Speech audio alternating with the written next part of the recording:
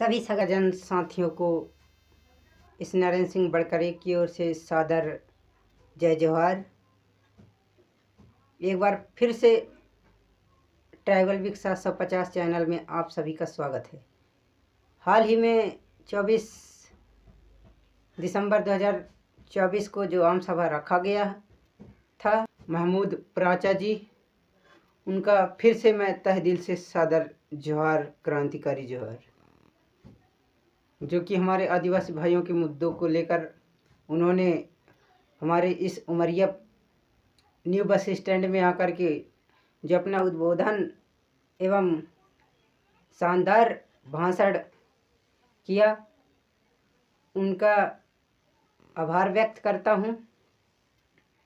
और हमारे जो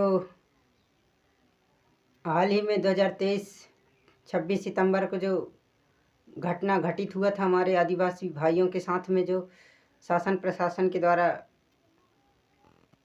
किया गया था, उस मुद्दों को लेकर हमारे महमूद प्राचा जी अपना वक्तव्य रखे हैं और आश्वासन देकर गए हैं। इसी के साथ फिर क्रांतिकारी जोहार। इस ट्राइबल वीक 750 चैनल में आपका स्वागत है और ज़्यादा से ज़्यादा मेरा चैनल को सपोर्ट करें, क्योंकि मेरा चैनल अभी ज़्यादा तो नहीं कह सकते पर छोटा ही समझें, अपना एक भाई के रूप में समझ करके मेरे चैनल को ज़्यादा से ज़्यादा लोगों तक शेयर करें। क्रांतिकारी जोहार।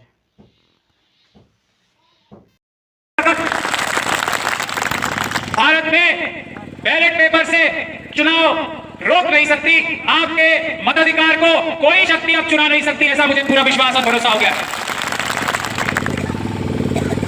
हम लोगों ने, मैंने और बहुत सारे हमारे दूसरे साथियों ने 5 जनवरी 2024 से आप सभी लोगों की और देश की जनता की आवाज पे एक ईवीएम हटाओ देश बचाओ, ईवीएम हटाओ लोकतंत्र हटाओ और बैलेट पेपर वापस लाओ नामक एक बड़ा जन आंदोलन खड़ा किया था। सरकार ने, आरएसएस ने, बीजेपी ने, चुनाव आयोग के मुख्य आयुक्त राजीव कुमार जी ने, इन सभी लोगों ने साजिश करके पुलिस प्रशासन के बल पे, अदालतों पे दबाव बना के और दूसरे सभी संस्थानों पे दबाव बना के उसे कुचलने की कोशिश की और उसमें वो कुछ हद तक कामयाब भी हो गए। हमारे बहुत सारे साथी हमें छोड़ के चले गए, लेकिन हमने अदालत की लड़ाई और सड़क की लड़ाई छोड़ी नहीं। अब जब हरियाणा में चुनाव का ऐसा रिजल्ट आ गया, अब जब मध्य प्रदेश में ऐसा रिजल्ट आ गया, तो पूरे देश की आंखें खुल गई कि हाँ, महमूद प्राचा जो बात कह रहे थे, जो दूसरे साथी हमारे कह रहे थे, देवासायन साहब, बीसी को जस्टिस कोल से पाटिल साहब, प्यारेलाल गर्ग साहब, रितु सिंह, पूरे देश से दूसरे प्रभाकर मरकला साहब, राजू पुरलेकर साहब, ये सभी जो मुक्तिवाद साथी हम बच गए थे, ये बात जो कह रहे थे कि हाँ, ये आरएसएस और बीजेपी चुनाव नहीं जीतती जनता के वोटों से, ये ईवीएम के जरिए से चुनाव जीतती है। इस देश में ईवीएम के पीएम है मोदी जी, जनता के पीएम नहीं है। ये बात लोगों के समझ में आ गई। आपके प्रदेश में और आपके पड़ोसी प्रदेश में आपकी पार्टी ने भी चुनाव लड़ा था। आपको क्या अंदाजा लगा अब कि आपका जो चुनाव में प्रदर्शन है वो कमजोर क्यों हुआ? इन चोरी की मशीनों से। वरना आज ये जुल्म और अत्याचार आप लोग पर इतने नहीं हो रहे होते। आपके राष्ट्रीय अध्यक्ष के साथ साथ दूसरे भी लोग एमएलए बनके असेंबली में होते। आपके प्रदेश के चीफ मिनिस्टर जनता के चीफ मिनिस्टर नहीं है, वो ईवीएम के चीफ मिनिस्टर है, यादव साहब। उसी तरीके से महाराष्ट्र में फडणवीस साहब जनता की सीएम नहीं है, वो ईवीएम के सीएम है। हरियाणा में सैनी साहब जनता के सीएम नहीं है, वो ईवीएम के सीएम है। हम लोग जब ये महाराष्ट्र का चुनाव भी आ गया, हमने पॉलिटिकल पार्टी से बहुत गुहार लगाई, कांग्रेस से, बाकी सभी ऑपोजिशन पॉलिटिकल पार्टी से, इंडिया गठबंधन से, और उनके लीडर्स तैयार भी हो गए कुछ हद तक। लेकिन उसके अंदर, हर एक पॉलिटिकल पार्टी के अंदर आरएसएस के जो एजेंट घुसे हुए हैं, उन लोगों ने अपने लीडर्स को, अपने नेताओं को गुमराह किया और गुमराह करने के बाद हमसे उन्हें दूर किया और ईवीएम के आंदोलन को कमजोर किया। महाराष्ट्र के चुनाव के बाद, हरियाणा के चुनाव के बाद भी हमने पूरी ताकत लगाई कि किसी प्रकार से ये पॉलिटिकल पार्टीज हमारे इस ईवीएम विरोधी आंदोलन में आ जाए, लेकिन ये लोग नहीं आए। जब महाराष्ट्र का चुनाव भी हार गए, हरियाणा का चुनाव भी हार गए, तब हमने दोबारा आंदोलन शुरू किया।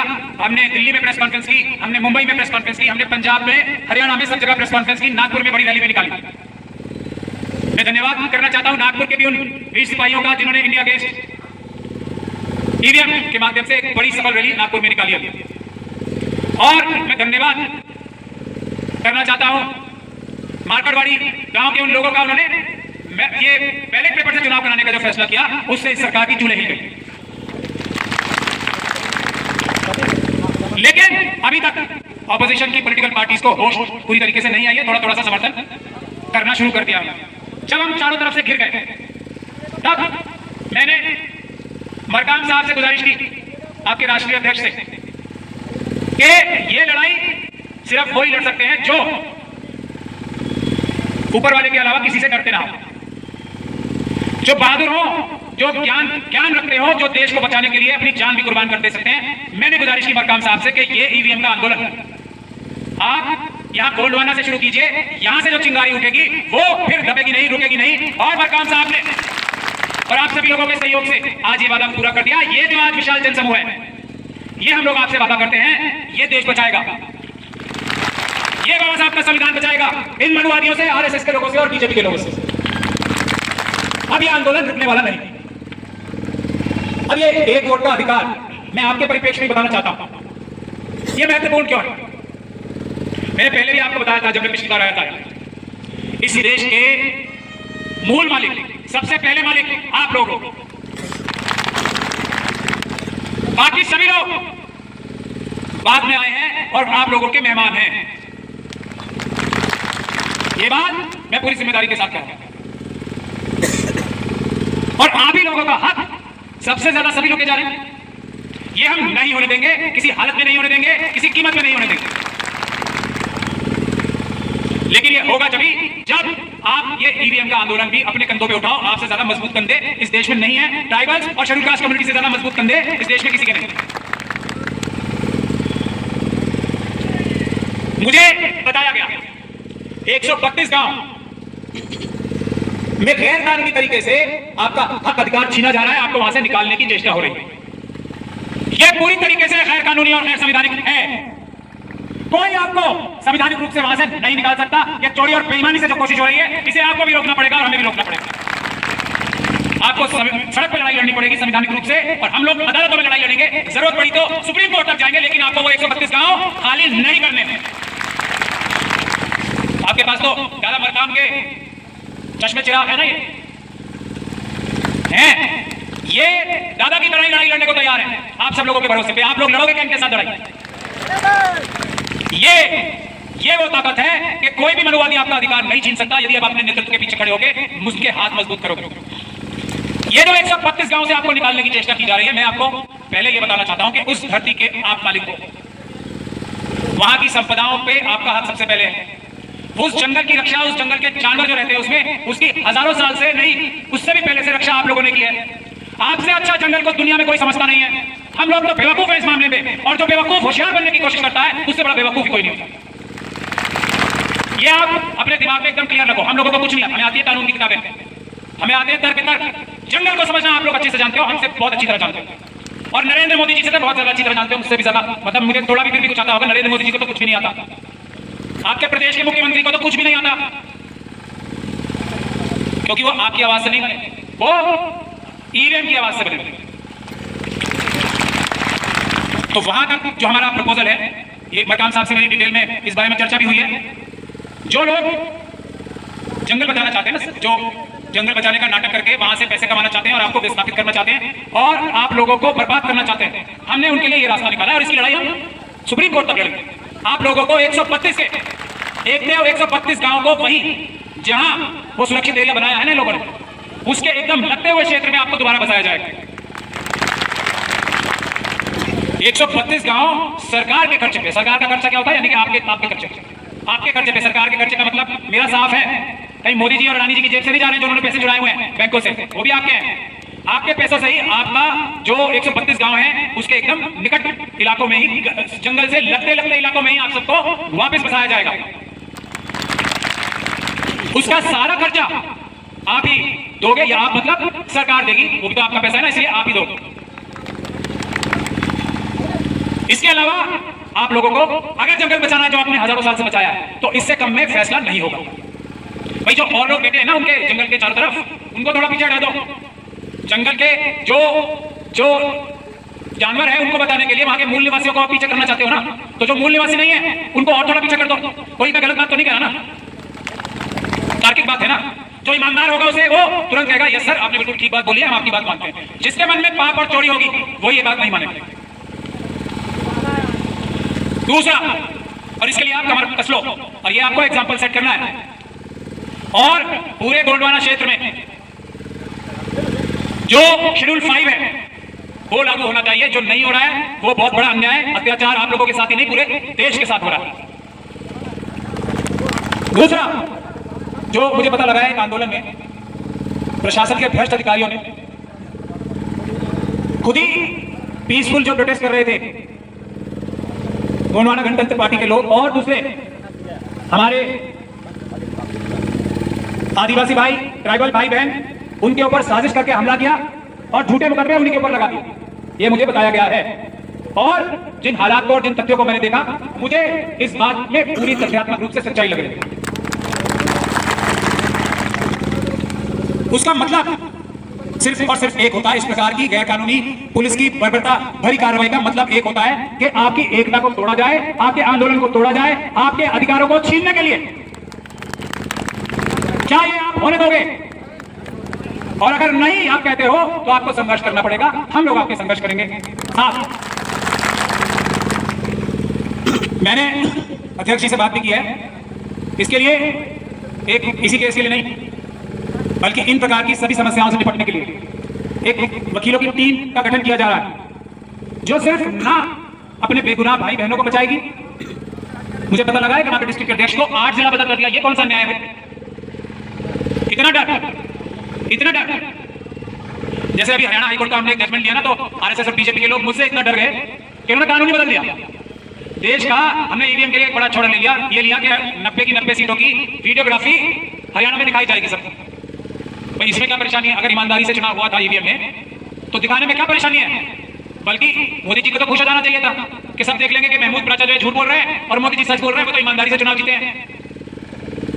तो उन्होंने कानून ही बदल दिया। मतलब जो आप लोगों के साथ अत्याचार होता है, बुलडोजर लाके आपकी जमीन छीन ली जाती है, उन्होंने जो न्यायालय है उसके आदेश के ऊपर ही बुलडोजर चला दिया। तो ये हम होने नहीं देंगे। उसी प्रकार से आपके जो डिस्ट्रिक्ट अध्यक्ष हैं उनसे इतना डर, 8 जिला बदल कर दिया, 8 जिलों से मतलब बाहर। वाह वाह, ये गैर कानूनी कार्रवाई है, पूर्णतः गैर कानूनी कार्रवाई। और आज ये मेरे सामने जो हजारों की जनसंख्या में बहादुर खड़े हैं और हमारी बहनें बहादुर खड़ी हैं यार बैठी हैं, ये इस बात की गवाह है कि आप लोग और हम लोग मिलकर अपने सभी बेगुनाहों को ना सिर्फ छुड़ाएंगे, लेकिन उससे भी महत्वपूर्ण बात है, ये प्रशासन के अधिकारी ध्यान से सुनने बात, ये जो अत्याचार हो रहा है ना, आपका मतलब कोई लॉ एंड ऑर्डर सुधारना नहीं है, ये बात हम लोग अच्छी तरह से समझते हैं। आपका हक अधिकार के लिए पीसफुल तरीके से, संवैधानिक तरीके से आंदोलन ना हो, उसको कुचलने के लिए आप ये झूठी कार्रवाई करते हो कानून। तो ये सभी अधिकारी ध्यान से सुन ले, पुलिस के भी और प्रशासनिक भी। एक न्यूरेनबर्ग का ट्रायल हुआ था, विश्व युद्ध, द्वितीय विश्व हुआ था, विश्व युद्ध, उसके बाद एक ट्रायल हुआ था। उसमें जो जर्मन सैनिक थे ना, उन्होंने ये कहा था कि हमारे जनरल, हमारे जो वो थे ना, हमारे सुपीरियर ऑफिसर, जो बड़े ऑफिसर थे हमसे, उन्होंने हमें कहा गोली चला दो, हमने चला दी, तो हमारी तो कोई गलती नहीं है, हमने तो आदेश का पालन किया। उन सभी जो अधिकारी थे ना, उनको सबको सजाएं हुई, फांसी की भी सजा हुई जहां जहां हत्याएं हुई। उससे भी महत्वपूर्ण बात यह है कि ये न्यूरेनबर्ग ट्रायल्स का जो विधान तय हुआ था ना, वो पूरी दुनिया में लागू होता है, भारत में भी लागू होता है।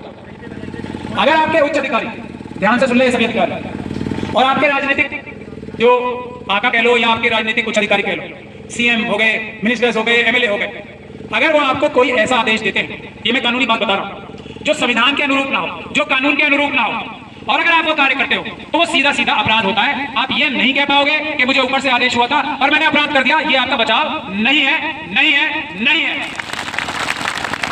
तो आपको सजा होगी। आप लोग बंधे हुए हो, सरकारी अधिकारी, ये देश की जनता के, इन लोगों के हमारे नौकर होते हैं।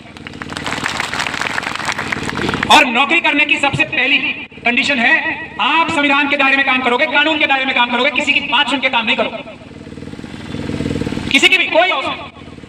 उतना आदेश मानोगे जो संविधान और कानून सम्मत हो, वरना आप अपराध करोगे। अपराध करोगे तो जेल जाओ, नौकरी जाएगी। बाबा साहब के मानने वाले कानून को तोड़ने नहीं देंगे, ये ध्यान रखना आप। तो ये दोनों कार्रवाइयां होंगी। एक और केस के बारे में मुझे पता लगा है कि एक हमारे साथी को पुलिस ने शायद उसी दौरान दयाराम साहब को गैर कानूनी रूप से उठाया, थाने में रखा, मारपीट की, इतनी मारपीट की कि उन्हें अस्पताल भर्ती कराना पड़ा और उसके बाद वो जबलपुर में उनकी मृत्यु हो गई। यह हत्या है और इसकी सजा फांसी है। यह केस हमारे पास आ गया है। यह हत्या है और इसकी सजा फांसी है। यह किताब में लिखा है, इंडियन पीनल कोड में भी लिखा था और अब पीएनएस में भी लिखा है।